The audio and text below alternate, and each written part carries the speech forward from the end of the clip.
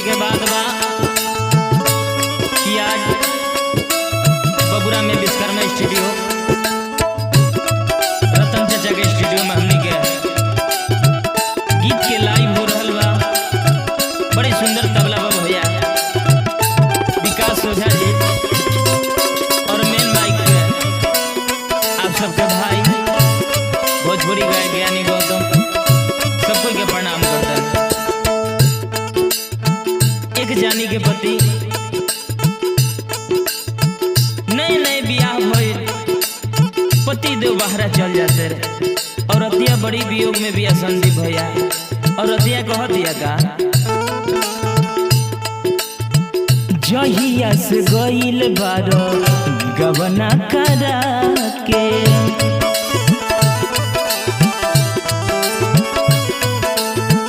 हाल चल न पूछेला फोनमा धरा के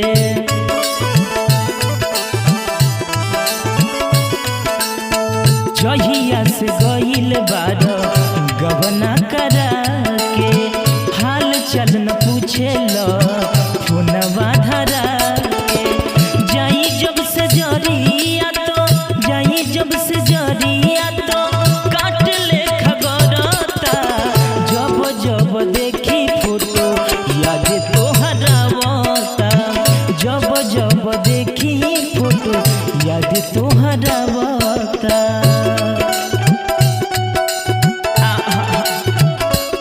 ए पिया हम कौना कष्ट में बानी तू नइखा बुझो ए दुख के बात बा।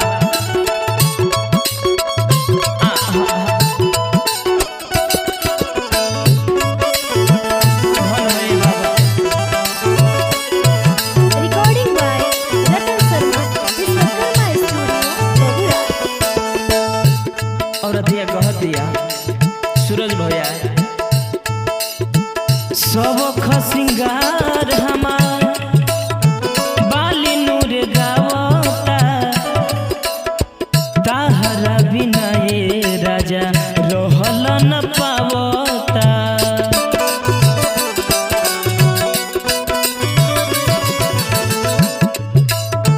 सब खसिंगार हमार बाली नूर गावता ताहरा बिना ये राजा रहल न पावता।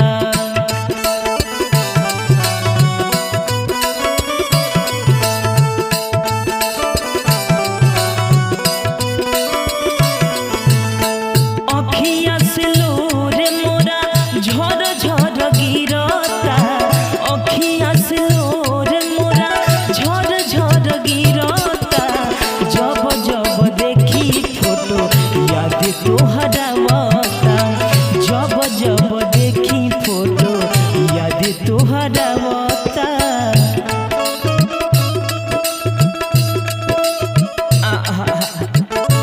ए राजा अपन दुख केकरा ले सुनाई हो एगो तो बड़ी दिन के बाद फोन उठौले बाद ए राजा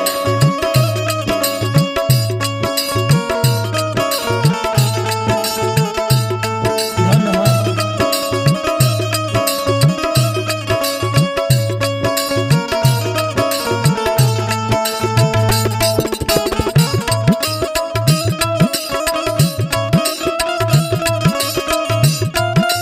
ए आकाश समझाओ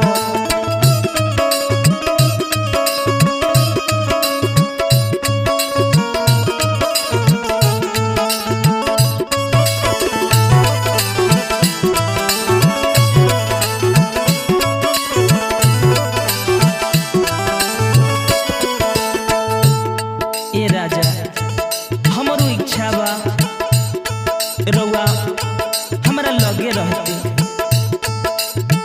ज्ञानी गौतम सया बुझी मजबूरी कौन भइल गलती हमसे रहतानी दूरी।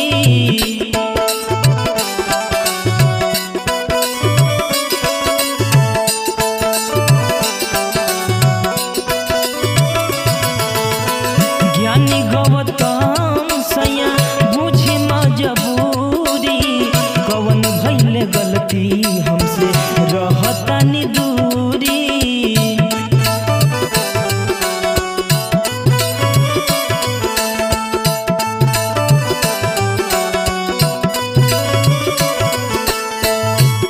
ए राजा रतन